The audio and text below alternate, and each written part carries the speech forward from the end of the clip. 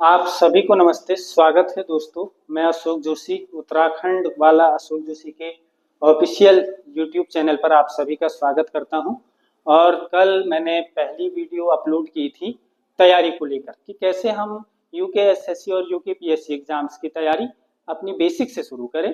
और शायद आपने वो वीडियो देखी होगी। यदि आपने नहीं देखी तो एक बार आप उस वीडियो को देख लीजिए कि किस प्रकार से हमने अपनी तैयारी को शुरुआत देनी है। और कल ही की वीडियो में मैंने जिक्र किया था और हमारी जो प्लानिंग थी आगामी परीक्षाओं को लेकर कि हम जो है उत्तराखंड को पढ़ेंगे। और उत्तराखंड को जो मैं पढ़ाऊंगा आपको वो उत्तराखंड के ऐतिहासिक अध्ययन से हम शुरुआत करेंगे और उत्तराखंड के इतिहास को अलग अलग कालखंडों के अनुसार हम गहनता से समझेंगे। एक कॉन्सेप्चुअल वे में हम जो है चीजों को जानेंगे। तो देखिए, आज का मैंने टॉपिक का नाम डाल दिया है उत्तराखंड का इतिहास। इस प्रकरण पर आज हम बात करने वाले हैं जिसका नाम है हिस्ट्री ऑफ उत्तराखंड, उत्तराखंड का इतिहास। देखिए, सबसे पहले एक वर्ड आ रहा है इतिहास। इतिहास जिसको हम जो है अंग्रेजी में हिस्ट्री कह रहे हैं। इतिहास सबसे पहले हमें यह जानना पड़ेगा कि इतिहास किसको कहते हैं। देन हम जो है उत्तराखंड का, गढ़वाल का, कुमाऊं का इतिहास फिर हम जानेंगे। सबसे पहले हम इस बेसिक चीज को जानेंगे कि इतिहास किसको कहते हैं, इस कॉन्सेप्ट को जानेंगे। तो देखिए भाई, इतिहास को यदि हम जो है डिफाइन करें तो अतीत में घटित घटनाओं का वर्तमान में अध्ययन ही जो है इतिहास कहलाता है। और यदि एक जनरल सी भाषा में, सामान्य सी भाषा में मैं आपको बताऊं तो इति का अर्थ होता है ऐसा और हास का अर्थ होता है हुआ। तो इति का अर्थ ऐसा और हास का अर्थ हुआ, तो मतलब ऐसा हुआ, वही इतिहास। जो अतीत में घटित घटनाएं हैं तो उनको आज जो है हम एक इतिहास के रूप में संकलित कर कर पढ़ रहे, वही इतिहास है। जैसे एक बार जनरली हम जानते हैं कि हम युद्धों के बारे में जानते हैं कि प्लासी का युद्ध इतने वर्ष इतने में हुआ, बक्सर का युद्ध वर्ष इतने में हुआ। लेकिन जनरल सा हम एक बार जो है व्यवहारिक रूप से ये यूं कहे कि रियल लाइफ एग्जांपल ले तो आपने घर गांव में देखा होगा कि हम बुजुर्ग लोगों से मिलते हैं और उनसे मिलते हैं फिर बात करते हैं तो वो कहीं ना कहीं अपने समय की कई जो है बातें हमसे साझा करते हैं कि भाई हम कहते हैं कि भाई पहले जो है संचार के क्या साधन थे, आज तो सोशल मीडिया है, फेसबुक है, व्हाट्सएप है, इंस्टा है। तो बता दें कि बेटा जो है पुराना जमाना तो ऐसा था कि फेसबुक इंस्टा तो दूर की बात जो है, उस टाइम पे तो मोबाइल तक नहीं हुआ करता था बात करने के लिए। वो दौर चिट्ठी पत्रियों का दौर हुआ करता था। हम चिट्ठी लिखते थे और फिर जो है डाक के द्वारा पोस्ट ऑफिस के थ्रू उसको भेजते थे और फिर वो 5 दिन में, 7 दिन में, 1 महीने तक वो चिट्ठी जाती थी। तो कहीं ना कहीं वो भी क्या है, वो भी अपने अतीत का चित्रण कर रहे हैं हमारे सामने। वो भी कहीं ना कहीं जो है एक ऐतिहासिक रूप से हम उसको देख सकते हैं कि एक पार्ट ऑफ इतिहास है उनके समय का, कि जो है जिसे वो बता रहे हैं। वो कहते कि हमारे जमाने में ऐसे के रहते थे, आज तो लाइट आएगी, पहले हम छिलकू जगाते थे और छिलकू जगा के जो है रहते थे, चिमनी जगाते थे, चिमनी जला के रहते थे। तो वो भी तो ऐतिहासिक वो है। तो वही इतिहास है कि जो चीजें अतीत में घटित घटनाएं हैं तो उनका वर्तमान में जो है अध्ययन ही इतिहास है। इसीलिए मैंने जनरल सी भाषा में कहा कि इति धन हास, कि जो है इति का अर्थ हो गया ऐसा और हास का अर्थ हो गया हुआ। अब भाई इतिहास की यदि हम बात कर रहे हैं तो इतिहास को हमने जान लिया। अब इतिहास के क्या स्रोत है, आज मैं आपको उत्तराखंड का इतिहास बताने वाला हूँ। हम गढ़वाल का इतिहास जानेंगे, कुमाऊं का इतिहास जानेंगे। हम यहाँ पे जो है तमाम ऐतिहासिक रूप से जो है इस उत्तराखंड का अध्ययन करेंगे। लेकिन किस आधार पर करेंगे मैं आपको बताऊंगा। तो किन आधारों पर करूंगा, तो कहीं ना कहीं वो आधार है स्रोत। वो आधार है दोस्तों स्रोत, कि जिसको हम कहते हैं कि इतिहास को जो हम बयां कर रहे हैं, वो इतिहास को हम जो बयां कर रहे हैं वो इन स्रोतों के आधार पर कर रहे हैं। और वो स्रोत क्या हो सकते हैं, कई चीजें हो सकती कि जैसे कहीं से हमें कोई गुफा मिल रही है या कोई उद्यान है और वहां पे हमें चित्र मिल रहे हैं, तो कहीं ना कहीं वो जो है हमारे प्राचीन इतिहास का एक स्रोत हमें जो है बन रहा है, कि जिससे हमें अपने इतिहास की जानकारी मिल रही है।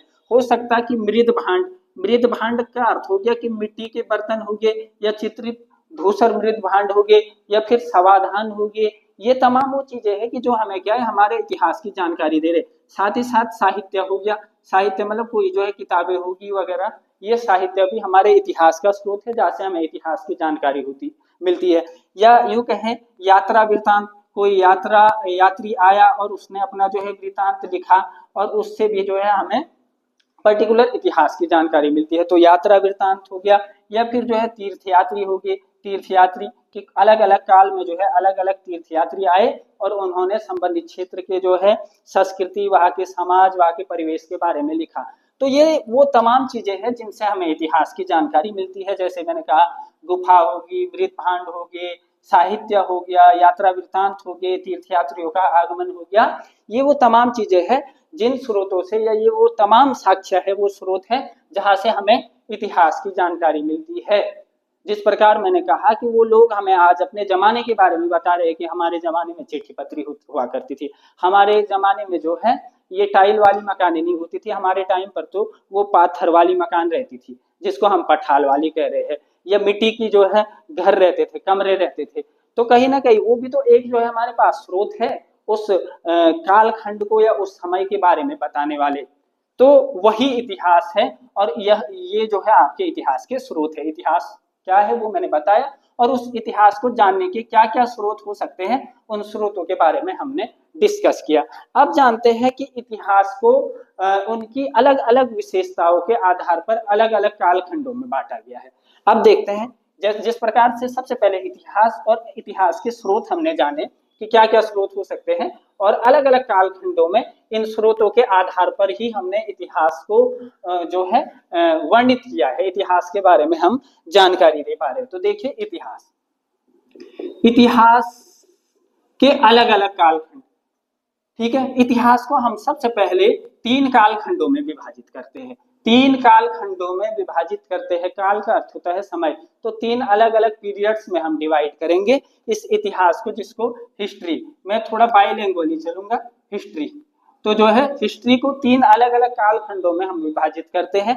और जो पहला कालखंड है इतिहास का, देखिए ये उत्तराखंड का इतिहास हम जानेंगे, लेकिन ये आपका बेसिक में क्लियर करना चाह रहा हूँ। कल के दिन में लखनऊ गुफा के बारे में पढ़ाऊंगा, गोरखिया गुफा के बारे में पढ़ाऊंगा, तो आपको के जो है मन में ये सवाल नहीं होना चाहिए कि ये इतिहास की किस कालखंड से है। इसलिए हम जो है ये बुनियादी समझ के लिए जरूरी है, बेसिक अंडरस्टैंडिंग के लिए आप जानेंगे कि हमने इतिहास जान लिया, स्रोत जान लिया, अब उसके कालखंड देखिए आप।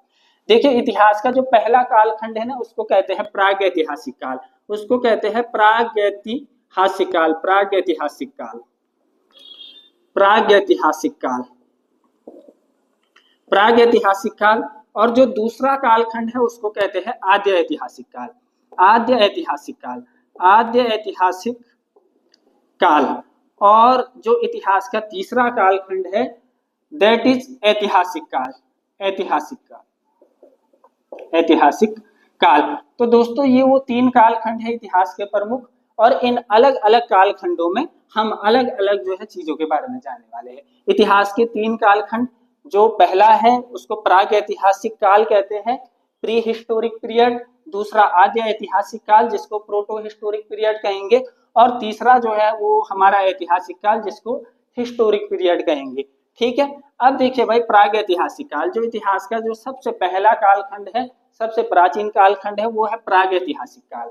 और प्रागैतिहासिक काल किसको कहते हैं? अब सवाल ये बनता है, सबसे पहले जैसे हमने इतिहास के बारे में जाना कि कहते किसको है, एक्सप्लेन या उसको डिफाइन किया, ऐसे इस प्रागैतिहासिक काल जिसको प्री हिस्टोरिक पीरियड कह रहे हैं हम, ये किसको कहते हैं? तो प्रागैतिहासिक काल उसको कहते हैं कि जिसमें हमें जो है पुरातात्विक साक्ष्य, जिसमें हमें पुरातात्विक जो है साक्ष्य तो मिलते हैं। पुरातात्विक साक्ष्य का अर्थ हो गया कि जैसे गुफाएं हो गए, मृत भांड हो गए, ये चीजें तो हमें मिलती है, कोई चित्रित हथियार वगैरह हो गया, ये चीजें मिलती है। लेकिन जो है पुरातात्विक साक्ष्य तो मिलते हैं, लेकिन कोई भी जो है लिखित साक्ष्य नहीं मिलते हैं, कोई भी लिखित साक्ष्य नहीं मिलते हैं, या कोई भी जो है लिखित दस्तावेज नहीं मिलते। तो जिस कालखंड में इतिहास के, जिस कालखंड में हमें पुरातात्विक साक्ष्य मैंने बता दिया कि जैसे मिट्टी के बर्तन, मृत भांड, चित्रित धूसर मृत भांड, समाधान हो गए, या फिर जो है ये चीजें ये तो मिलती हैं, लेकिन कोई भी हमें लिखित दस्तावेज नहीं मिलता है, लिखित साक्ष्य नहीं मिलता है, that is prehistoric period, या that is known as prehistoric period, जिसको जो है पुरातात्विक काल कहते हैं। अब आ जाओ आप सेकंड, आद्य ऐतिहासिक काल, जो दूसरा कालखंड है। आद्य ऐतिहासिक काल किसको कहते हैं? कि जिसमें हमें पुरातात्विक साक्ष्य भी मिलते हैं, जिसमें हमें पुरातात्विक जो है साक्ष्य तो मिलते ही है, साक्ष्य भी मिलते हैं, लेकिन क्या है, जिसमें पुरातात्विक साक्ष्य मिलते हैं, लिखित भी मिलते हैं, लेकिन उन लिखित साक्ष्यों को अब तक पढ़ा नहीं गया है, अबोध है वो, उनको जो है ज्ञात नहीं है, उनको जो है हम पढ़ नहीं पाते हैं। लिखित साक्ष्य हमारे पास मौजूद है लेकिन पढ़ नहीं पाते हैं। तो आद्य ऐतिहासिक काल की पुरातात्विक साक्ष्य के अतिरिक्त लिखित भी है, लेकिन वो लिखित ऐसे हैं कि उनको हम पढ़ नहीं पाते। अब जो तीसरा कालखंड है, जो अंतिम कालखंड है इतिहास का, उसको हम कह रहे हैं ऐतिहासिक काल, हिस्टोरिक पीरियड। अब किसको कहते हैं भाई ऐतिहासिक काल? ये कहीं ना कहीं हम कह सकते हैं कि सबसे नवीन कालखंड है, तीसरा कालखंड, ये सबसे प्राचीन है। तो ऐतिहासिक काल उसको कहते हैं कि जिसमें हमें लिखित साक्ष्य भी मिलते हैं और पुरातात्विक साक्ष्य भी मिलते हैं। तो तीसरे कालखंड में वो है कि जहाँ पे लिखित साक्ष्य भी मिल रहे हैं और उस लिखित साक्ष्य को हम पढ़ भी पा रहे हैं, हम बता पा रहे हैं कि क्या लिखा गया है और क्या हमें जो है इनसे जानकारी भी मिलती है। तो पुरातात्विक, इनके इसमें हम देख रहे थे कि पुरातात्विक साक्ष्यों के माध्यम से ही हम इतिहास के बारे में वर्णित कर पा रहे थे इतिहास को, कि वही लोग कैसे रहते होंगे, किस प्रकार से उनका जीवन रहता होगा, किस प्रकार से वो आजीविका चलाते होंगे, क्योंकि ये पुरातात्विक साक्ष्य आधार है हमारे पास। लेकिन इस ऐतिहासिक काल में नॉट ओनली पुरातात्विक, माने पुरातात्विक तो है ही, लेकिन उसके अतिरिक्त जो है लिखित साक्ष्यों के माध्यम से भी हम इतिहास के बारे में जानकारी जुटा पा रहे हैं, इतिहास को जान पा रहे हैं। तो वो हमारा ऐतिहासिक काल है। तो ये तीन चीजें जान ली। अब उत्तराखंड के संदर्भ में है, तो उत्तराखंड के संदर्भ में ऐतिहासिक काल के कई जो है हमें अवशेष, कई साक्ष्य मिलते हैं, हम जानेंगे। और आपका पाषाण काल, जो स्टोन पीरियड है, स्टोन एज है, पाषाण काल, आपने भारतीय इतिहास में देखा होगा पाषाण काल। तो जो पाषाण काल है वो भी आपका जो है इसी प्राग ऐतिहासिक काल के में इंक्लूड है, इसी में आता है पाषाण काल। ठीक है, तो इसको जान लेंगे आप। सिंधु घाटी सभ्यता आपका आद्य ऐतिहासिक काल में है, और ऐतिहासिक काल जो है ये ऐतिहासिक काल सबसे बड़ा कालखंड है। तो सबसे बड़ा कालखंड है आपका ऐतिहासिक काल। तो इसलिए ऐतिहासिक काल को भी तीन भागों में विभाजित किया गया है। इसको आपने देख लिया होगा कि प्राग इतिहास और इतिहास का तीन कालखंडों में विभाजन, प्राग ऐतिहासिक, आद्य ऐतिहासिक और ऐतिहासिक, जिसको मैं एक्सप्लेन कर चुका हूं। अब इसमें मैंने बता रखा आपको कि प्राग ऐतिहासिक में आपका जो पाषाण काल है, जो स्टोन एज है, जो पत्थर वाला, जब पत्थरों का इस्तेमाल करता था मानव, ठीक है, तो वो आपका प्राग ऐतिहासिकी में है। अब नेक्स्ट देखेंगे कि जैसे ऐतिहासिक पे मैं आपको लाए, मैंने कहा कि जो ऐतिहासिक काल है उसमें हमें लिखित साक्ष्य भी मिलते हैं, पुरातात्विक साक्ष्य भी मिलते हैं, और इस ऐतिहासिक काल को तीन भागों में विभाजित किया गया। ये देखिए, इस ऐतिहासिक काल को तीन भागों में विभाजित किया गया है। जो पहला है वो है प्राचीन काल। ऐतिहासिक काल का विभाजन है, मतलब ये तीन कालखंड, इतिहास के तीन कालखंड, और इन तीन कालखंडों में जो ये तीसरा कालखंड ऐतिहासिक कालखंड है, इसका भी तीन भागों में विभाजन। पहला है प्राचीन काल, जिसको एनिशिएंट पीरियड, एनिशिएंट हिस्ट्री या एनिशिएंट पीरियड हम कहेंगे। दूसरा है मध्यकाल, दूसरा है मध्यकाल, और तीसरा है आधुनिक काल, तीसरा है आधुनिक काल, आधुनिक काल। तो देखिए भाई, ये ऐतिहासिक काल के बारे में हमने जाना कि लिखित और पुरातात्विक साक्ष्य मिलते हैं, सबसे बड़ा इसका विस्तार है। और इस कालखंड को तीन भागों में बांटा गया है, ऐतिहासिक को, प्राचीन काल, मध्यकाल और आधुनिक काल। अब इस प्राचीन में भी जो है अलग अलग हमारी जो है राजवंश वगैरह आएंगे, यदि हम उत्तराखंड का पढ़ेंगे, मध्यकाल में भी और आधुनिक में भी। ठीक है, अब देखिए, यदि उत्तराखंड के संदर्भ में मैं अब आऊं, ये तो हमने चलो एक जो है कॉमन चीज पढ़ी, जो आपके भारतीय इतिहास के क्रम में भी जो है आपके लिए महत्वपूर्ण है और उत्तराखंड के क्रम में भी। लेकिन अब जो है उत्तराखंड मैंने जोड़ दिया कि उत्तराखंड का इतिहास। अब उत्तराखंड का इतिहास भी हम इन कालखंडों के रूप में देखेंगे। तो उत्तराखंड का जो इतिहास है, प्राग ऐतिहासिक काल, और यह जो है इसको पाषाण, पाषाण काल भी इसी में है। तो इस काल में जो है उत्तराखंड से हमें तमाम साक्ष्य मिलते हैं इस काल के, तो उनके बारे में हम जानेंगे। गढ़वाल से भी मिलते हैं, कुमाऊं से भी मिलते हैं। तो कुमाऊं के जितने भी पुरातात्विक साक्ष्य मिलते हैं हमें प्राग ऐतिहासिक काल के, पाषाण काल के, उनके बारे में विस्तृत रूप से जानेंगे। और गढ़वाल से जो मिलते हैं उनके बारे में भी विस्तृत रूप से जानेंगे। साथ ही आद्य ऐतिहासिक काल की यदि मैं बात करूं, तो आद्य ऐतिहासिक काल के जो है साक्ष्यों का अभाव है। उत्तराखंड में आद्य ऐतिहासिक कालीन जो साक्ष्य हमें बहुत कम मिलते हैं। तो इस वाले सेक्शन में, इस कालखंड में एक काम करेंगे कि हम जो वैदिक आख्यान है या वैदिक साहित्यों में उत्तराखंड का वर्णन, उसको हम कवर करेंगे कि वैदिक आख्यानों में उत्तराखंड को किस प्रकार से जो है वर्णित किया गया है, वेदों में, पुराणों में, इस वाले को कवर करेंगे। क्योंकि जो है आद्य ऐतिहासिक के बहुत कम साक्ष्य मिलते हैं, और ऐतिहासिक काल सबसे इंपॉर्टेंट है, और सबसे ज्यादा क्वेश्चन भी इधर ही से बनते हैं उत्तराखंड में। यदि देखें, इधर से और इधर से भी बनते हैं। लेकिन जैसे पवार वंश है, चंद वंश है, गोरखा है, टिहरी रियासत है, कुमाऊं कमिश्नरी है, वो ऐतिहासिक काल के इन अलग अलग कालों में आपका हमें देखने को मिल जाएगा। कि जैसे कुनिंद है, कुनिंद वंश, या कत्यूरी है, बसंत देव जिसके संस्थापक थे, तो वो आपका ऐतिहासिक काल के प्राचीन काल में हम पढ़ते हैं। अब इस ऐतिहासिक काल के मध्यकाल में आपका जो है कुमाऊं में चंद वंश हो गया, गढ़वाल में पवार वंश हो गया, ठीक है, इनको हम देखेंगे। और फिर जो है आधुनिक काल में ही आपका इधर से जो है टिहरी रियासत हो गया, टिहरी रियासत हो गया, और आपका जो है गोरखा शासन, जो नेपाल से थे, गोरख्याली जिनके शासन को कहा जाता, तो गोरखा टिहरी रियासत हो गया। और आपका जो है कुमाऊं कमिश्नरी हो गया, कुमाऊं कमिश्नरी, और जो अंग्रेज आते हैं यहाँ पे अलग अलग कमिश्नर, ब्रिटिश कमिश्नर, वो सब हम आधुनिक काल में देखेंगे। साथ ही साथ उत्तराखंड राज्य निर्माण आंदोलन, ये तमाम चीजें आधुनिक काल में आएगी, ऐतिहासिक कालखंड के आधुनिक काल में। और जो है मध्यकाल में आपका पवार वंश और चंद वंश के बारे में जानेंगे, बहुत क्वेश्चन बनते हैं पवार और चंदों से। और प्राचीन काल में कुनिंदों के बारे में कई बार आता है, सबसे प्रतापी शासक अम्बुभूति और कत्यूरी, इनके बारे में जानेंगे। तो ये अलग अलग विभाजन और ऐतिहासिक का विभाजन, और किसमें हम क्या देखने वाले हैं वो मैंने बता दिया कि जो भी हमारे पुरातात्विक लघु गुफा, वर्षा गुफा, इसमें हम पढ़ेंगे। आधे ऐतिहासिक में मैंने कह दिया कि इसमें हम जो है वैदिक आख्यानों में, जो वैदिक आख्यान है या वैदिक साहित्य में उत्तराखंड, तो वैदिक साहित्यों में उत्तराखंड को किस रूप में वर्णित किया गया है, हम देखते हैं कि देवभूमि मनुष्यों की पूर्ण भूमि कहा गया है ऋग्वेद में, या पुराणों में 18 पुराण है और उनमें स्कंद पुराण है, और स्कंद पुराण के 5 जो है हिमालयी खंडों में केदार खंड और मानस खंड के रूप में जो है वर्णन मिलता है। केदार खंड गढ़वाल को, मानस खंड कुमाऊं को कहा गया, तो वो हम इसमें देखेंगे। इसलिए आधे ऐतिहासिक काल के साक्ष्य नहीं मिलते, तो इसमें हम वैदिक साहित्य में उत्तराखंड को जानेंगे इस वाले इसमें काल में। और जो तीसरा है ऐतिहासिक काल, इसमें हमारा कुनिंद, कत्यूरी, चंद, पवार, टिहरी रियासत, गोरखा, ये सारा जो है कवर होने वाला है। तो देखिए अब हम प्रागैतिहासिक काल के बारे में आज जानने वाले हैं कि प्रागैतिहासिक काल के संदर्भ में।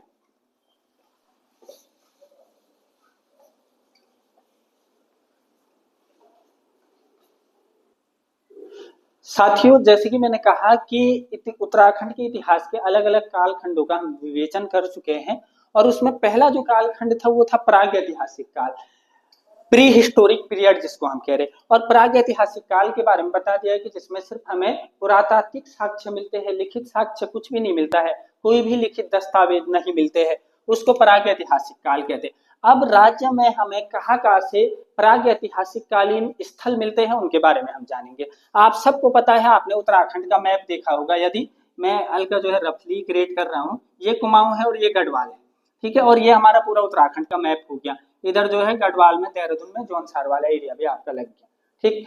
तो इस उत्तराखंड में हमें कहाँ से प्रागैतिहासिक कालीन जो है स्थल मिलते हैं और साक्ष्य मिलते हैं, उनके बारे में अब हम जानेंगे। सबसे पहले हम जो है कुमाऊं में कहाँ से हमें जो है प्री हिस्टोरिक पीरियड के या प्रागैतिहासिक काल के जो है स्थल मिलते हैं, उनके बारे में हम जानने वाले हैं। तो देखिए कुमाऊं के प्रमुख प्रागैतिहासिक कालीन स्थल, कुमाऊं के प्रमुख प्रागैतिहासिक कालीन स्थल, जब बात कुमाऊं की हो रही है तो कुमाऊं में हमारे जो है 6 जनपद है, और उन 6 जनपदों में से जो है हमें कहाँ से जो है प्रागैतिहासिक कालीन जो है साक्ष्य मिलते हैं, उनके बारे में हम जानेंगे। देखो भाई, कुमाऊं में आपका अल्मोड़ा भी है, तो अल्मोड़ा में, कुमाऊं में सबसे पहले अल्मोड़ा में जो हमारी उत्तराखंड की सांस्कृतिक राजधानी भी है, तो अल्मोड़ा में हमारा टॉपिक है कि कुमाऊं में प्रमुख प्रागैतिहासिक कालीन स्थल। कुमाऊं में कहाँ से मिलते हैं, मैंने कहा अल्मोड़ा के जो है प्रागैतिहासिक कालीन स्थल जो हमें अल्मोड़ा से मिलते हैं। तो अल्मोड़ा में कहाँ से मिलते हैं, देखिए भाई, सबसे पहले है लाखू गुफा, ये अल्मोड़ा के प्रागैतिहासिक कालीन स्थल है उत्तराखंड में। लाखू गुफा के अतिरिक्त एक आपका लखू गुफा हो गया, दूसरा है फड़कानौली, दूसरा है फड़कानौली, तीसरा है पेटसाल, पेटसाल तीसरा। चौथा जो प्रागैतिहासिक कालीन स्थल कुमाऊं में वो है आपका लुएथाप,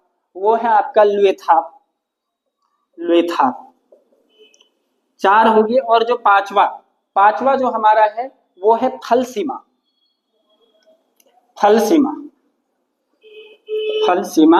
और एक और है आपका, वो है रामगंगा घाटी, यह आपका अल्मोड़ा में पड़ता, रामगंगा घाटी, रामगंगा नदी बहती वहां पे। तो देखिए कुमाऊं के प्रमुख प्रागैतिहासिककालीन स्थल, और कुमाऊं में अल्मोड़ा, अल्मोड़ा से हमें मिलते हैं प्रागैतिहासिककालीन स्थल। और वो अल्मोड़ा में वो कौन कौन स्थल है, तो वो है आपका लखू गुफा, ये भी जो है उत्तराखंड के प्रागैतिहासिक काल से जुड़ा हुआ एक स्थल है, लखू गुफा अल्मोड़ा में है। दूसरा है फड़कानोली, तीसरा है पेटसाल, चौथा है लुएथाप, और पांचवा है फल सीमा, और छठवा है आपका रामगंगा घाटी।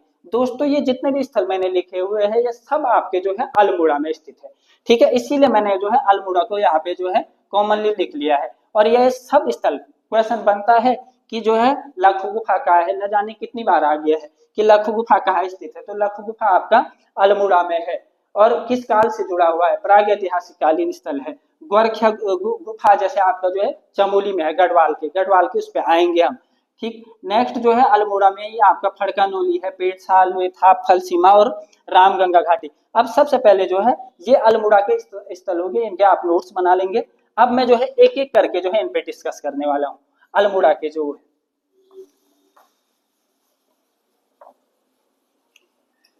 देखिए अल्मोड़ा में हमने देखा कि जो है अल्मोड़ा में अभी हमने देखा एक कि जो है जो पहला स्थल अभी हमने देखा था वो था लखू गुफा। भाई लखू गुफा पहला क्वेश्चन कि जो है लखू गुफा, गुफा को हम अपनी आम भाषा में गढ़वाली भाषा में उडियार भी कहते हैं। तो लखू गुफा या लखू उडियार कहाँ है, लखू उडियार यदि बात की जाए स्थान तो कहाँ है, अल्मोड़ा में, अल्मोड़ा में है। और अल्मोड़ा में तो अल्मोड़ा तो इतना बड़ा है, तो अल्मोड़ा में एक्यूरेट कौन सी जगह है, तो अल्मोड़ा से 15 किलोमीटर की दूरी पर स्थित बाड़े छीना के निकट एक स्थान पड़ता है दलबैंड, तो दलबैंड नामक स्थान पर है, तो अल्मोड़ा में है।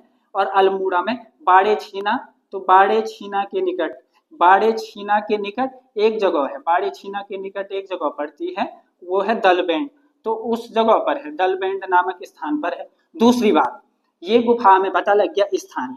अब जो है इसकी खोज किसने की, भाई हमें कैसे पता लगा कि जो है कोई गुफा है लखू गुफा करके या लखू ढार करके और अल्मोड़ा में है, तो इसकी खोज की होगी ना किसी ने।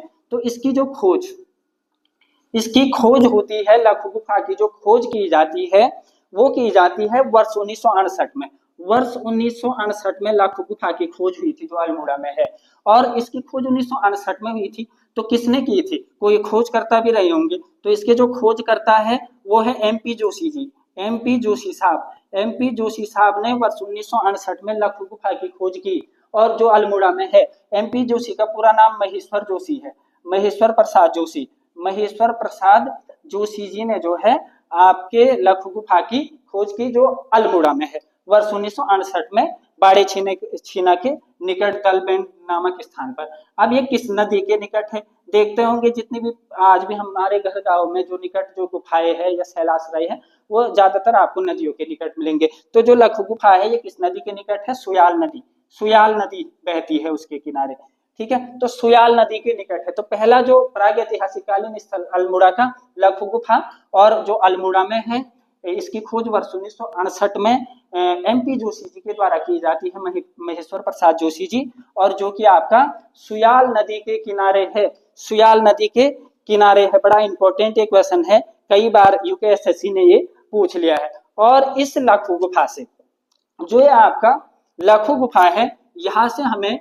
मानव, मानव तथा पशुओं के चित्र मिलते हैं, मानव और जो है पशुओं के चित्र मिलते हैं, जहां मानव और मानव का तो विशेष नाता है पशुपालन से, तो मानव और पशुओं के जो है हमें यहाँ से चित्र प्राप्त होते हैं लखू गुफा से। साथ ही साथ मानव जो आकृतियां है, जो चित्र मिलते हैं या जो मानव आकृतियां मिलती है, तो मानव आकृतियों को अकेले या समूह में, जो मानव आकृतियां, मानव और पशुओं के चित्र मिलते हैं, जो मानव के चित्र मिलते हैं या जो मानव की आकृतियां मिलती है इस गुफा से, तो उनको अकेले, सिंगल, अकेले या फिर समूह में, ग्रुप में, मानव आकृतियों को अकेले या यूं कहे अकेले या समूह में, माने कि जो है कुछ मानव आकृतियों को अकेले दिखाया गया है और कुछ को समूह में, ग्रुप में नृत्य करते हुए दिखाया गया है। मानव आकृतियों को अकेले या समूह में नृत्य करते हुए दिखाया गया है, कहा कि उसमें लखू गुफा के जो शैल चित्र है वहां से हमें जो है जो आकृतियां मिलती है, जो चित्र मिलती है, मिलते हैं, तो उसमें जो है नृत्य करते हुए दिखाया गया है। अब जो यहाँ से जो चित्र मिलते हैं, हमने कहा कि मानव और पशुओं के चित्र मिलते हैं, मानव को नृत्य करते हुए दिखाया गया है यहाँ के जो है शैल चित्रों में, तो उनपे कहीं ना कहीं रंगों का इस्तेमाल भी किया गया है। चित्र जो मिलते हैं वो कहीं ना कहीं रंगों का इस्तेमाल भी हुआ है, और वो कौन कौन से रंग है, तो वो जो रंग है जो मानव और पशुओं के जो है ऐसे चित्र मिलते हैं, तो उन चित्रों में किन किन रंगों का इस्तेमाल हुआ है, तो वो रंग है आपके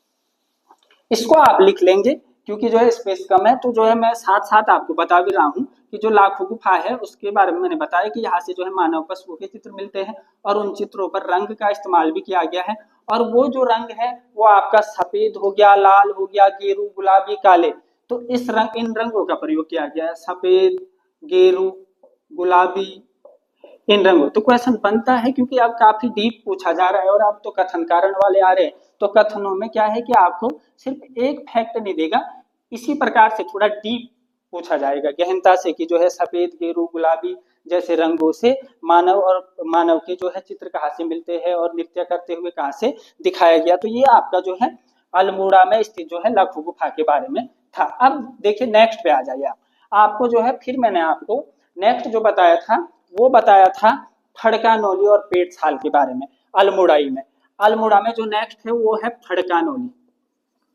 फड़कानोली, देखिए भाई जो फड़कानोली है ना, ये आपका एक शैलाश्रय है, अल्मोड़ा में स्थित एक शैलाश्रय है फड़कानोली।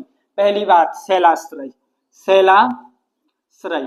अब यदि आप शैलाश्रय का संधि विच्छेद भी करोगे तो शैल धन आश्रय, शैल मतलब चट्टान, पत्थर, रॉक, और आश्रय जिसको शेल्टर मतलब कि रॉक शेल्टर कहेंगे हम उसको, कि जो है चट्टान पर जो है आश्रय लेने के लिए जो है एक ऐसा जो है उसको शैलाश्रय कहते हैं। कि जैसे चट्टान पे आज भी हम देखते हैं कि कई बार बारिश आ जाती तो हम जो है ऐसे हमारे पहाड़ों में कई ऐसी चट्टानें या वो रहती है कि जहाँ पे क्या है कि हम जो है आश्रय ले सकते हैं, तो उसको कहते हैं शैलाश्रय, रॉक शेल्टर कहते हैं अंग्रेजी में। तो जो है फड़कानोली एक शैलाश्रय है, that is located in district Almora में है, ठीक है, प्रागैतिहासिक कालीन स्थल। अब इस फड़कानोली शैलाश्रय की जो खोज की थी वो की थी डॉक्टर यशोधर मठपाल जी ने वर्ष 1985 में। तो इसकी खोज कब होती है, ये क्वेश्चन आया हुआ है कि फड़कानोली नामक शैलाश्रय की खोज कब होती है, तो वर्ष 1985 में होती है भाई, 1985 में होती है। ये एक शैलाश्रय है, मैंने बता दिया शैलाश्रय किसको कहते हैं, और 1985 में होती है। और किसके द्वारा होती है खोजकर्ता, तो किन्होंने इसकी खोज की थी, तो वो थे डॉक्टर यशोधर मठपाल, डॉक्टर यशोधर मठपाल जी ने, डॉक्टर यशोधर मठपाल जी ने फड़कानोली नामक जो है शैलाश्रय की जो है खोज की थी वर्ष 1985 में, जो कि आपका अल्मोड़ा में है, लखू गुफा के पास ही पड़ता है, निकट ही पड़ता है। अब नेक्स्ट जो दूसरा आपका शैलाश्रय है वो है पेटसाल। दोस्तों वो है पेटसाल, आप लिखते भी रहिए और जो मैं आपको बता रहा हूँ साथ साथ ना। देखिए दूसरा जो है अल्मोड़ाई के जानने अभी हम एक एक करके थोड़ा जो है डीपली। नेक्स्ट है पेटसाल, पेटसाल, पेटसाल भी जो है आपका एक शैलाश्रय है, पेटसाल भी आपका एक शैलाश्रय है जो कहाँ है, ये भी आपका अल्मोड़ा में है, अल्मोड़ा में है।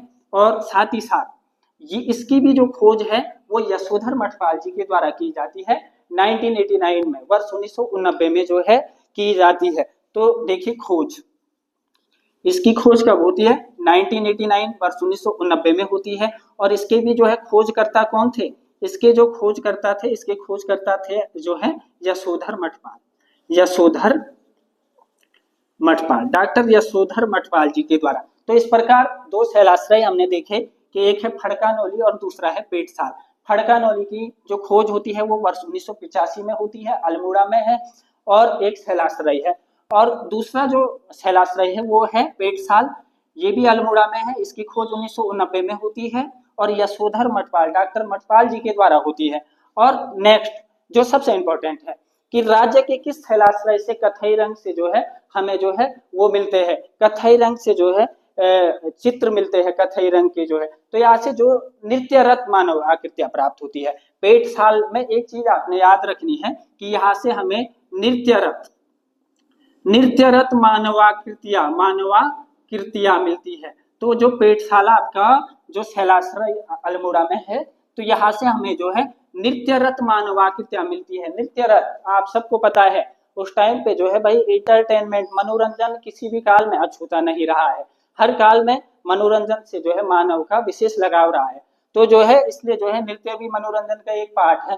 तो नृत्य रत मानवाकृतियां मिलती है पेड़ साल से, जो किससे रंगी गई है, जिस प्रकार हमने देखा कि जो है लघु गुफा से जो चित्र मिले थे उनमें अलग अलग रंग लाल गेरू सफेद रंगों का इस्तेमाल हो रखा है, लेकिन इनमें हो रखा है कथई रंग। कथई रंग जो कथई रंग जो बनता है ये कई रंगों का मिश्रण होता है, कई रंगों का मिश्रण होता है। कथई रंग हल्का ग्रे कलर का टाइप का हो गया या ब्राउन कलर का टाइप का कथई रंग। तो जो है राज्य में कथई रंग से रंगी हुई नृत्यरत मानवाकृतियां जो है वो किस शैलाश्रय से मिलती है, तो वो पेड़ साल से मिलती है जो आपका अल्मोड़ा में है। ये क्वेश्चन आता है और ये सब आए हुए क्वेश्चन है। अब अल्मोड़ा का जो है नेक्स्ट जो प्रागैतिहासिक कालीन स्थल है उसके बारे में हम जानेंगे। नेक्स्ट है फल सीमा। देखिए भाई इसको आप लिखिएगा भी, साथ साथ जो है नोट्स बनाते रहिए आप जो है अपनी अलग से, क्योंकि मैं बेसिक से चल रहा हूं तो आपका जो इतिहास है वो पूरी गहनता के साथ और बेसिक जो है आपका कंप्लीट हो जाएगा। नेक्स्ट है फल सीमा। फल सीमा, फल सीमा भी आपका जो है एक प्रागैतिहासिक कालीन स्थल है। फल सीमा, फल सीमा, और ये फल सीमा का है, ये भी अल्मोड़ा में है, यहाँ पे लिखा हुआ है मैंने फल सीमा अल्मोड़ा। और यहाँ से इसमें एक ही तथ्य है कि अल्मोड़ा में स्थित जो फल सीमा है इस स्थल से हमें योग तथा नृत्य मुद्रा वाली जो है आकृतियां मिलती है। योग तथा नृत्य मुद्रा वाली मानवाकृतियां मिलती है, ये फल सीमा है। यहाँ से हमें योग, योग आपको पता है योग भाई जो है योग नगरी ऋषिकेश और योग नीति बनाने वाला जो है पहला राज्य भारत का उत्तराखंड बन गया है। तो योग वो नृत्य मुद्रा वाली, नृत्य मुद्रा वाली मानवाकृति, मानवाकृति या हमें जो है फल सीमा अल्मोड़ा से मिलती है। ये आ रखा है क्वेश्चन कि राज्य में योग तथा नृत्य मुद्रा वाली जो है मानवाकृतियां हमें राज्य में किस जो है पुरा स्थल से मिलती है, तो वो पुरा स्थल आपका दोस्तों फल सीमा है और जो आपका अल्मोड़ा में है। नेक्स्ट देखिए भाई अल्मोड़ा के जो है पुरा स्थलों में नेक्स्ट देखिए फल सीमा के बारे में हमने जान लिया। नेक्स्ट है आपका रामगंगा घाटी। रामगंगा घाटी, रामगंगा घाटी का जो विस्तार है ना वो अल्मोड़ा के अतिरिक्त और क्षेत्रों में भी फैला हुआ है। ठीक है, अधिकांश भाग इसका जो है हालांकि अल्मोड़ा में है, जो आपका गेवाड़ और चौखटिया ये वाला एरिया हो गया, तो ये आपका रामगंगा घाटी में आ गया। तो रामगंगा घाटी से हमें क्या मिलते हैं, रामगंगा घाटी जो ये पूरा स्थल है ये भी आपका कुमाऊं में है, अल्मोड़ा और इन क्षेत्रों में विस्तार है। यहाँ से हमें शवागार मिलते हैं, शवागार, शवागार मिलते हैं या शवाधान कह लीजिए आप, शवाधान जो शवों को दफनाने के लिए जो है आपने पढ़ा होगा पहले, तो शवागार या शवाधान मिलते हैं। साथ ही साथ cup marks, cup marks, cup marks भी जो है हमें रामगंगा घाटी से मिलते हैं। अब कप मार्क्स क्या हुए, कप मार्क्स मतलब आपने देखे होंगे हमारे पहाड़ों में होता है ना ओखली, जिसको हम गढ़वाली भाषा में उरख्याला कहते हैं, तो उसको ही कहते हैं कप मार्क्स। ऐसी इसी आकृति के रहते हैं कप मार्क्स, जैसे मैं बना रही, तो इस प्रकार के। तो किस पुरा स्थल से या कहाँ से हमें किस प्रागैतिहासिक कालीन जो है वहां से हमें जो है कप मार्क्स और शवाधान जो है मिलते हैं, तो वो रामगंगा घाटी है। यहाँ से जो है 73 कप मार्क्स 73 कप मार्क्स खोजे गए हैं डॉक्टर मठपाल जी के द्वारा।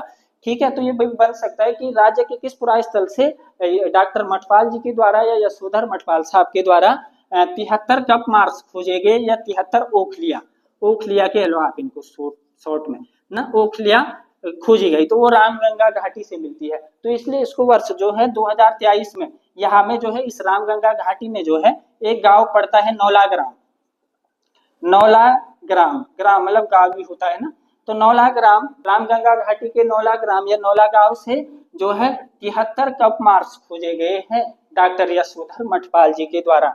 डॉक्टर मठपाल, डॉक्टर यशोधर मठपाल जी के द्वारा, यशोधर मठपाल साहब के द्वारा जो है 73 कप मार्क्स खोजे गए। और कहाँ से खोजे गए, रामगंगा घाटी, और रामगंगा घाटी के किस लोकेशन से, किस गांव से, नौला गांव से, नौला ग्राम से।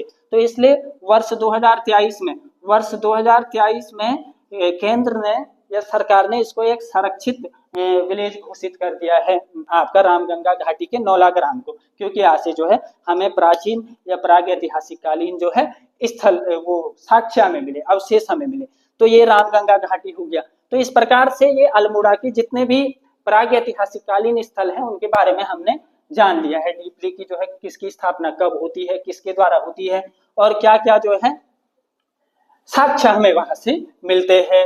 हमने देखा कि योग और नृत्य मुद्रा में जो है हमें मानवाकृतियां मिलती है, कथई रंग से जो है हमें जो है मानवाकृतियां मिलती हैं। अब आ जाओ आप कुमाऊं के प्रमुख प्रागैतिहासिक स्थलों में। अल्मोड़ा से हमने देख दिया, नेक्स्ट आप देखिए पिथौरागढ़। पिथौरागढ़ छोटा कश्मीर भी कहते हैं पिथौरागढ़ को। तो पिथौरागढ़ में दो क्षेत्र है जहां से हमें प्रागैतिहासिक कालीन स्थल मिलते हैं। पिथौरागढ़ छोटा कश्मीर भी कहते हैं। तो पिथौरागढ़ जो है वहां से हमें दो स्थल मिलते हैं जहां से हमें प्रागैतिहासिक कालीन जो है साक्ष्य मिले हैं। ठीक है, तो पिथौरागढ़ के जो प्रागैतिहासिक कालीन स्थल है उत्तराखंड में, ठीक, पिथौरागढ़ में एक हो गया आपका बनकोट, एक हो गया बनकोट, ये पिथौरागढ़ में पड़ता है, और दूसरा है नैनीपातल, नैनीपातल।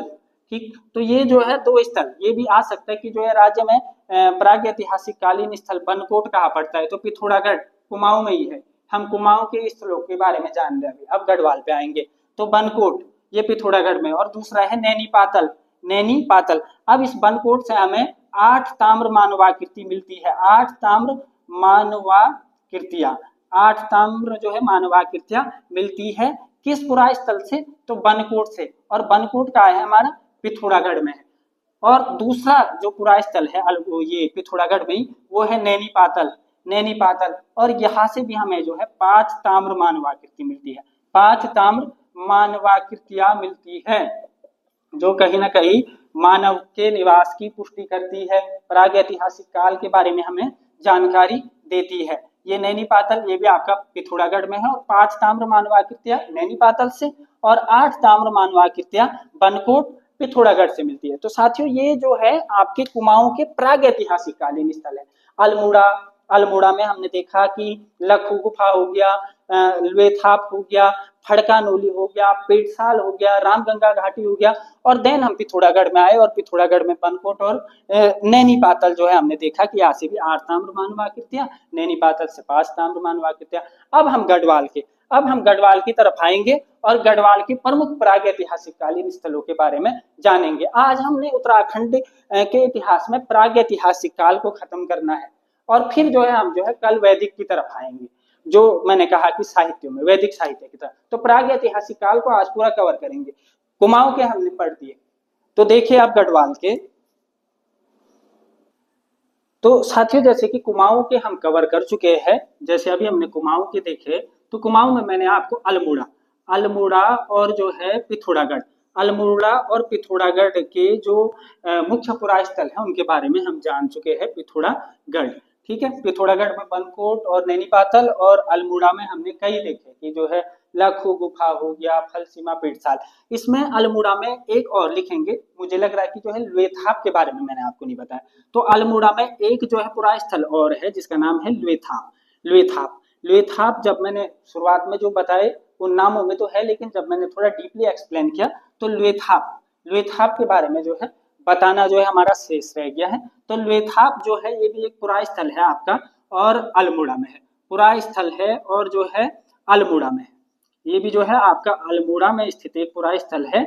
और इस पुरा स्थल में यहाँ के जो शैल चित्र मिले हैं, उन शैल चित्रों में मानव को शिकार करते हुए, जैसे कि जो है उस टाइम पे क्या थे हथियार, उस टाइम पे जैसे भाला वगैरह रहता था, तो जैसे जो है ऐसे शैल चित्र मिलने की मानव को शिकार करते हुए दिखाया गया है, और हाथों में हाथ डालते हुए नृत्य रत जो है हमें जो है शैल चित्र मिलते हैं। तो एक क्वेश्चन बनता है कि किस शैलाश्रय के या किस पुरा स्थल के शैल चित्रों में मानव को शिकार करते हुए, जो मानव है मानव को शिकार करते हुए, आपको पता है कि जो आदि मानव था शिकार वगैरह करता था, और शिकार जो है फिर धीरे धीरे आग का आविष्कार हुआ।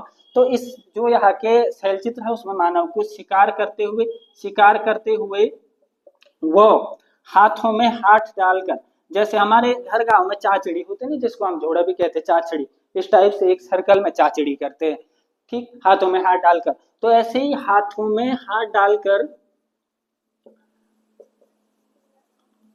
नृत्य रत आकृतियां हमें यहाँ से मिलती है, या नृत्य रत जो है शैल चित्र हमें यहाँ से मिलते हैं, नृत्य रत शैल चित्र हमें यहाँ से मिलते हैं। ठीक है, लोएथाप के बारे में कि जो है एक पुरास्थल अल्मोड़ा में है और यहाँ से मानव को शिकार करते हुए और हाथों में हाथ डालकर नृत्यरत जो है आकृतियां हमें यहाँ से मिलती है। तो इस प्रकार से कुमाऊं का हमारा कवर हो गया है। अब हम जो है गढ़वाल की तरफ आ रहे हैं। अब हम गढ़वाल का जो है प्रागैतिहासिक कालीन अध्ययन करेंगे। कुमाऊं के प्रमुख प्रागैतिहासिक हो गए। अब गढ़वाल के बारे में, गढ़वाल हमारा जो गढ़वाल है उसके बारे में देखिए। गढ़वाल के प्रमुख प्रागैतिहासिक कालीन स्थल कहाँ से मिलते हैं और कहाँ से हमें वो साक्ष्य मिलते हैं। तो गढ़वाल में सबसे पहले देखिए क्रमवार देखेंगे। एक तो हमें मिलते हैं चमोली से, चमोली जो मेरा होम डिस्ट्रिक्ट भी है तो चमोली से मिलते हैं। दूसरा मिलता है उत्तरकाशी से, भाई उत्तरकाशी से जो है हमें मिलते हैं, ठीक है, प्रागैतिहासिक कालीन साक्ष्य। और नेक्स्ट है आपका हरिद्वार से, ठीक है। अब देखो चमोली में कहाँ से मिलते हैं। तो चमोली में जहां से मिलते हैं वो इस प्रकार से, एक हो गया आपका ग्वारख्या गुफा, ये जिसको हम उड्यार कहते हैं, तो ग्वारख्या गुफा है या यूं कहिए ग्वारख्या उड्यार। और दूसरा है मलारी गांव, जिस प्रकार वहां नौला गांव था तो यहाँ मलारी गांव है। और नेक्स्ट है किमनी गांव। तो ये चमोली के वो स्थल है जहां से हमें साक्ष्य मिलते हैं प्रागैतिहासिक काल के। तो चमोली में ग्वारख्या गुफा, एक तो आपका ये कवर हो गया कि ग्वारख्या गुफा का है तो चमोली में है, मलारी गांव का है चमोली में है, किमनी गांव का है भाई चमोली में है। अब ग्वारख्या गुफा के बारे में भी हम डीपली जानने वाले हैं। पहले देखो ब्रीफ में, उत्तरकाशी में हमें दो जगहों से मिलते हैं। एक तो हुडली हो गया, हुडली उत्तरकाशी से भी हमें मिलते हैं साक्ष्य। और वो क्या मिलते हैं मैं बताऊंगा, नीले रंग के शैलचित्र मिलते हैं हुडली उत्तरकाशी से। और दूसरा है पुरोला घाटी या यमुना घाटी, यहाँ पे यमुना नदी बहती तो पुरोला या यमुना घाटी से, ठीक है, ये उत्तरकाशी से है। और नेक्स्ट है हरिद्वार में बहादराबाद यहाँ से मिलते हैं। अब मैं 2-3 आपको कवर करा देता हूँ, चमोली के उसमें थोड़ा ज्यादा है तो इसके बारे में बाद में मैं बता रहा हूँ। पहले हुडली से देख लो, यहीं पे देख लो हुडली से कि जो हुडली है, हुडली से हमें क्या प्रमाण मिलते हैं, क्या चीजें मिलती है। तो हुडली से हमें नीले रंग के शैलचित्र मिलते हैं। ये कई बार आ रखा क्वेश्चन कि किस पुरास्थल से नीले रंग के शैलचित्र कहाँ से मिलते हैं। नीले रंग के जो शैलचित्र मिलते हैं ये हमें हुडली से मिलते हैं। और हुडली जो पुरास्थल है ये कहाँ है, ये आपका उत्तरकाशी में है और उत्तरकाशी गढ़वाल में पड़ता है, तो ये गढ़वाल के स्थल है, ठीक है। नेक्स्ट है पुरोला यमुना घाटी, पुरोला सिराई ये सब आपका उत्तरकाशी में है। तो पुरोला घाटी या यमुना घाटी जो यमुना उसमें है, तो पुरोला से हमें जो है चित्रित धूसर मृद भांड मिलते हैं या धूसर मृद भांड मिलते हैं। धूसर मृद भांड। अब मृद भांड मतलब मिट्टी के बर्तन, धूसर मृद भांड। तो जैसे मैंने कहा कि हुडली, भाई हुडली से नीले रंग के शैलचित्र मिलते हैं और हुडली आपका उत्तरकाशी में है। और पुरोला घाटी जो आपका उत्तरकाशी में है, ऑल्सो लोकेटेड इन उत्तरकाशी। तो यहाँ से हमें धूसर मृद भांड मिलते हैं। धूसर मृद भांड तो आपको पता है कि जो है भांडे बर्तनों को कहते हैं, और मृद भांड मतलब मिट्टी के बर्तन, ठीक है।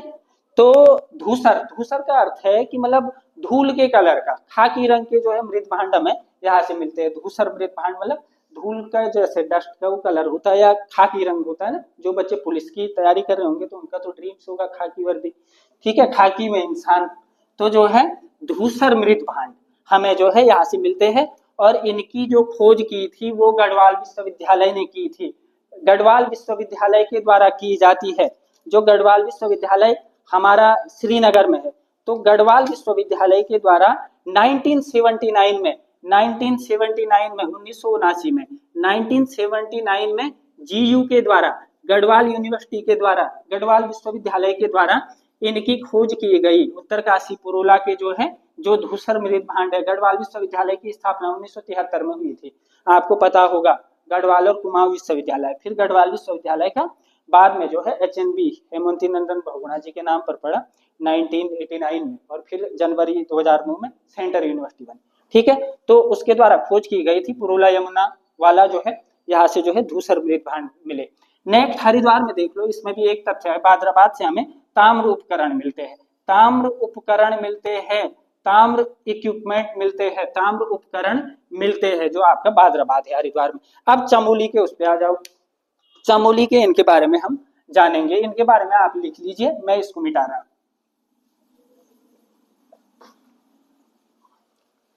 तो अब देखो भाई, सबसे पहले चमोली में हमने कहा है ग्वारखिया गुफा। चमोली में जो पहला हमारा है वो है ग्वारखिया गुफा। देखो यदि बात करूं ना मैं ग्वारखिया गुफा क्यों कहते हैं इसको, तो ग्वारखिया गुफा का एक कॉन्सेप्ट ये है कि इसको इसलिए कहा जाता है, कहते हैं कि जब गोरखाओं का शासन रहा तो गोरखा लोग जो सामान है वो इस गुफा में छिपा देते थे। बल ऐसा भी एक जो है कथा है, लोगों का जो है जनश्रुतियां है मतलब। तो गोरखिया गुफा जो है, एक चीज ये हो गया कि ये चमोली में है, चमोली में है।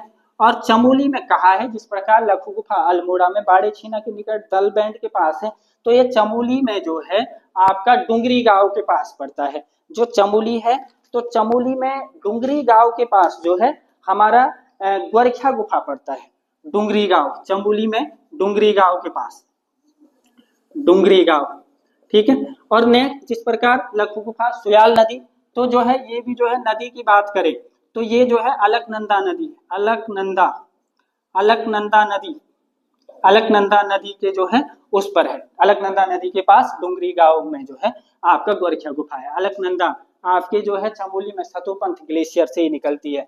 तो ये देखेंगे। अब इसकी जो है यदि बात की जाए खोज किसने की, तो ग्वारखिया गुफा की जो खोज की थी वो राकेश भट्ट जी ने की थी। राकेश भट्ट, राकेश भट्ट जी के द्वारा खोज होती है। और इसका जो अध्ययन किया था, इसका जो अध्ययन किया, जो ऐतिहासिक अध्ययन किया जिसके माध्यम से आज हम बता रहे हैं, वो अध्ययन किया गया आपका मठपाल साहब के द्वारा। वो अध्ययन किया जाता है डॉक्टर यशोधर मठपाल जी के द्वारा। डॉक्टर यशोधर मठपाल, यशोधर मठपाल जी के द्वारा किया जाता है। और जो सबसे सुंदर शैल चित्र मिलते हैं वो हमें ग्वारखिया गुफा से ही मिलते हैं। चाहे हमने लखू गुफा के बारे में भी देखा और जो है पुरास्थलों स्थलों के बारे में भी देखा, लेकिन जो सबसे सुंदर हमें जो शैल चित्र मिलते हैं वो ग्वारखिया गुफा चमोली से मिलते हैं। ग्वारखिया गुफा चमोली से हमें जो है सभी शैलाश्रयों में, सभी शैलाश्रयों में जितने भी शैलाश्रय हैं, सभी शैलाश्रयों में, सभी शैलाश्रयों में सबसे सुंदर, सबसे सुंदर जो चित्र कहीं से मिलते हैं, यदि सबसे सुंदर चित्र, तो वो जो है हमें ग्वारखिया गुफा चमोली के जो है शैल चित्र मिलते हैं। और इसमें जो है आपका मानव हो गया, भेड़ हो गया, भारत बारासिंगा हो गया, तो मानव, भेड़, बारासिंगा, इन तमाम जो है ये शैल चित्र हमें देखने को मिलते हैं। लोमड़ी आदि, तो यहाँ पे ही लिख रहा हूं किस किस के मिलते हैं, मानव के हो गए, भेड़, लोमड़ी, बारहसिंगा, बारहसिंगा, तो इन तमाम जो है पशुओं के और मानव के जो है हमें यहाँ से चित्र मिलते हैं। और सबसे सुंदर जो है शैल चित्र मिलते हैं इस शैलाश्रय से। ये भी आप याद रखेंगे कि सबसे सुंदर जो है शैल चित्र हमें मिलते हैं। लगभग जो है कुल 41 चित्र मिले थे, जिसमें जो है मानव के भी है और पशुओं के भी है। लगभग 30 मानव के है और शेष जो है आपके पशुओं के है। तो ये जो है ग्वारखिया गुफा के बारे में। अब नेक्स्ट देखिए भाई, चमोली में ग्वारखिया गुफा के बारे में मैंने आपको बता दिया। अलकनंदा नदी डुंगरी गांव चमोली में है और जो है राकेश भट्ट जी ने खोज किया, अध्ययन यशोधर मठपाल साहब ने किया। अब हम बढ़ेंगे मलारी गांव, इसको आप लिख लेंगे मलारी गांव। मलारी गांव भी आपका चमोली में है, ठीक है। तो जो दूसरा है हमारा चमोली का वो है मलारी गांव।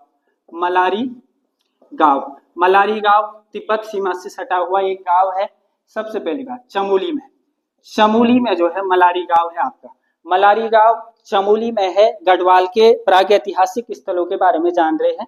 और मलारी गांव, मलारी गांव भी आपका जैसे कि मैंने कहा कि चमोली में है। और इसका जो सर्वेक्षण किया जाता है, यहाँ के जो समाधान है, वर्ष 1956 में, वर्ष 1956 में इनसाइक्लोपीडिया ऑफ उत्तराखंड कहे जाते हैं शिव प्रसाद डबराल जी, या उनको चारण उपनाम से भी जाना जाता है।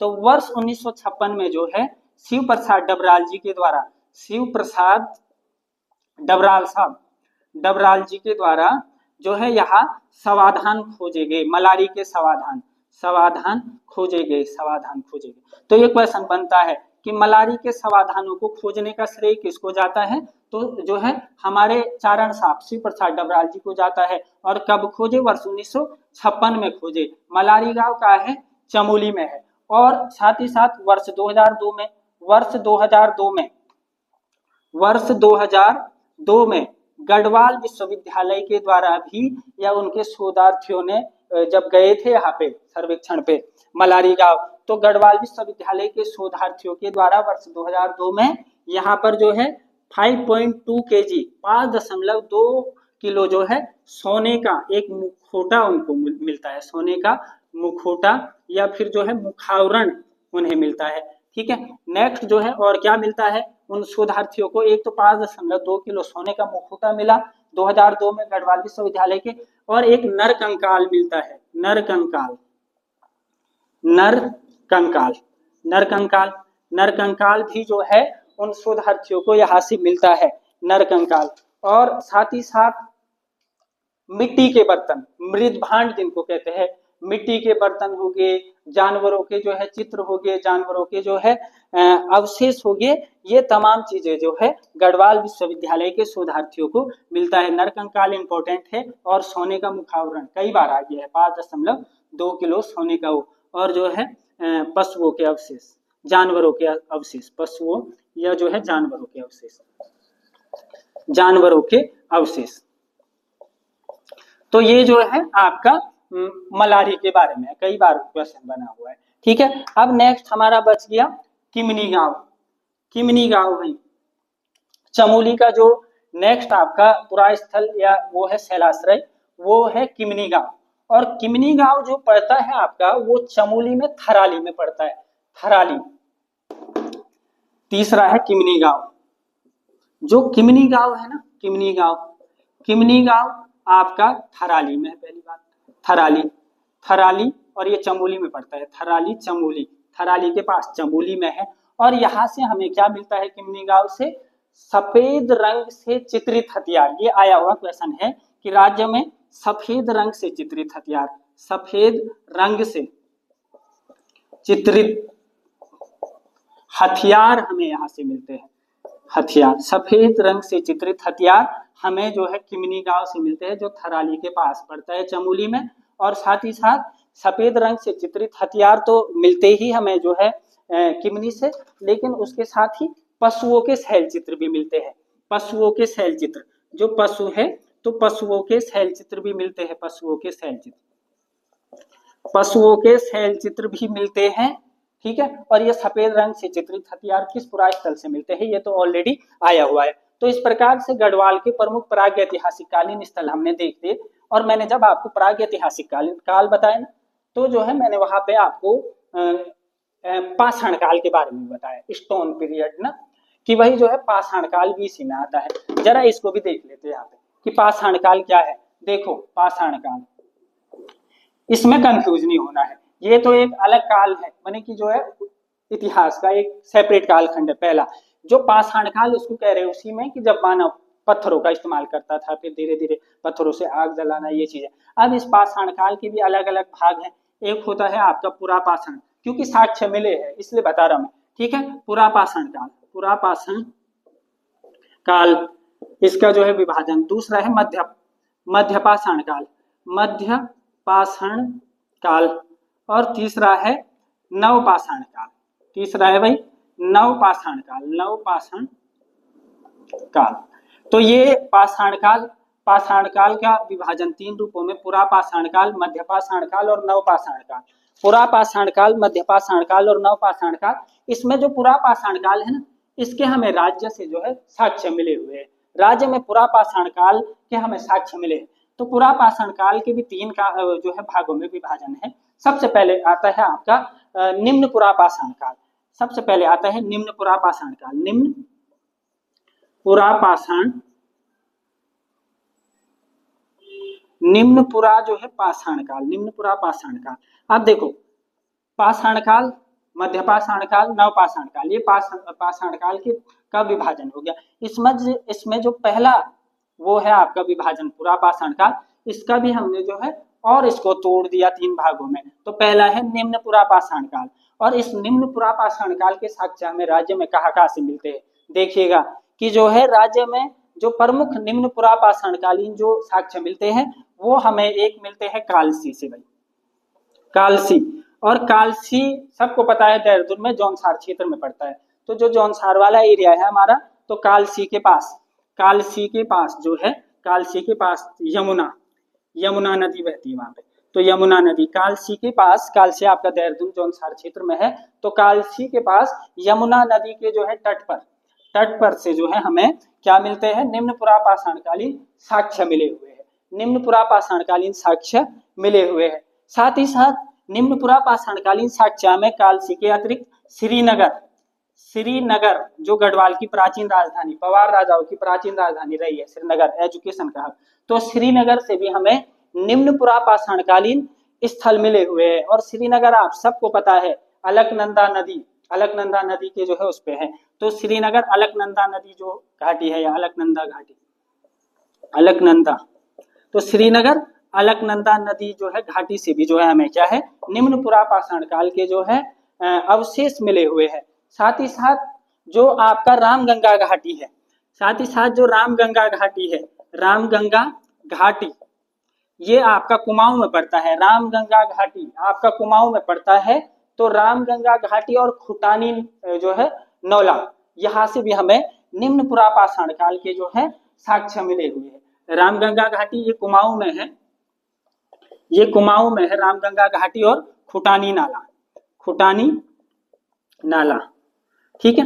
ये जो है अल्मोड़ा नैनीताल साइड आपका ये पड़ता है, खुटानी नाला हो गया, और रामगंगा घाटी के बारे में पहले भी पढ़ चुके हैं। तो इन जगहों से हमें जो है पुरापाषाण काल को हमने 3 भागों में बांट रहे हैं हम। पहला जो था वो निम्न पुरापाषाण काल है, तो इसके साक्ष्य हमें इन जगहों से मिले हैं। कालसी से हो गया श्रीनगर अलकनंदा नदी घाटी, कालसी यमुना नदी, और रामगंगा घाटी कुमाऊं, ठीक है, और खुटानी नाला से। अब आ जाओ आप जो है इसको मैं मिटा रहा हूं। निम्न पुरापाषाण काल के बाद दूसरा जो है वो है मध्य पुरापाषाण काल। दूसरा जो खंड है वो है मध्य पुरापाषाण काल। पहला हो गया पुरापाषाण काल का, दूसरा है मध्य पुरापाषाण काल। मध्य पुरापाषाण काल, मध्य पुरापाषाण काल। और दोस्तों जो मध्य पुरापाषाण काल है इसका जो साक्ष्य मिलता है हमें, इसका जो साक्ष्य मिलता है मध्य पुरापाषाण काल का, ये सिर्फ हमें जो है श्रीनगर से मिलता है। श्रीनगर से हमें मध्य पुरापाषाणकालीन साक्ष्य मिले हुए हैं। यदि पाषाण काल की बात करें, ये पाषाण काल प्रागैतिहासिक काल में ही है, प्री हिस्टोरिक पीरियड में ही है, तो जो है मध्य पुरापाषाण काल के साक्ष्य श्रीनगर से। निम्न पुरापाषाण काल के बारे में अभी हमने जाना कि काल से हो गया आपका जो है श्रीनगर अलकनंदा नदी घाटी हो गया, और साथ ही साथ जो है हमारा कुमाऊं में रामगंगा और खुटानी नौला, ये तमाम। और नेक्स्ट आता है जो इसका तीसरा वो है ना, वो उच्च पुरापाषाण काल है, उसका हमें कोई भी साक्ष्य नहीं मिला है राज्य से। तो जो पाषाणकालीन साक्ष्य कहाँ से मिले हैं उनके बारे में भी हम जान गए, मध्य पुरापाषाण, श्रीनगर, और निम्न पुरापाषाण काल के मैं दिखा चुका हूँ, आप नोट कर लोगे उसको ना, ठीक है। तो इस प्रकार से ये प्राग ऐतिहासिक अध्ययन आज हमने कवर कर दिया है उत्तराखंड का। इसमें कुमाऊं के स्थल भी देखे कि कुमाऊं में कहाँ से हमें जो है स्थल मिलते हैं, और गढ़वाल के भी देखे, अल्मोड़ा के देखे, पिथौरागढ़ के देखे, गढ़वाल में चमोली और उत्तरकाशी, हरिद्वार, इन तमाम उनको हमने देखा। साथ ही साथ पाषाणकालीन जो स्थलों में भी हमने गढ़वाल के भी कवर किए और कुमाऊं के भी किए। तो दोस्तों आज के लिए इतना ही, और अधिक जो ऐसे ही कंटेंट के लिए और कॉन्सेप्चुअल स्टडी के लिए जो है हम जो है चैप्टर वाइज जो है एक पूरे सीक्वेंस में चलेंगे। आज प्राग ऐतिहासिक पढ़ा, कल आद्य ऐतिहासिक और वैदिक को पढ़ेंगे, फिर ऐतिहासिक की तरफ आएंगे। तो इसके लिए आप चैनल से जुड़िए, चैनल को सब्सक्राइब कीजिएगा, लाइक कीजिएगा, शेयर कीजिएगा। धन्यवाद।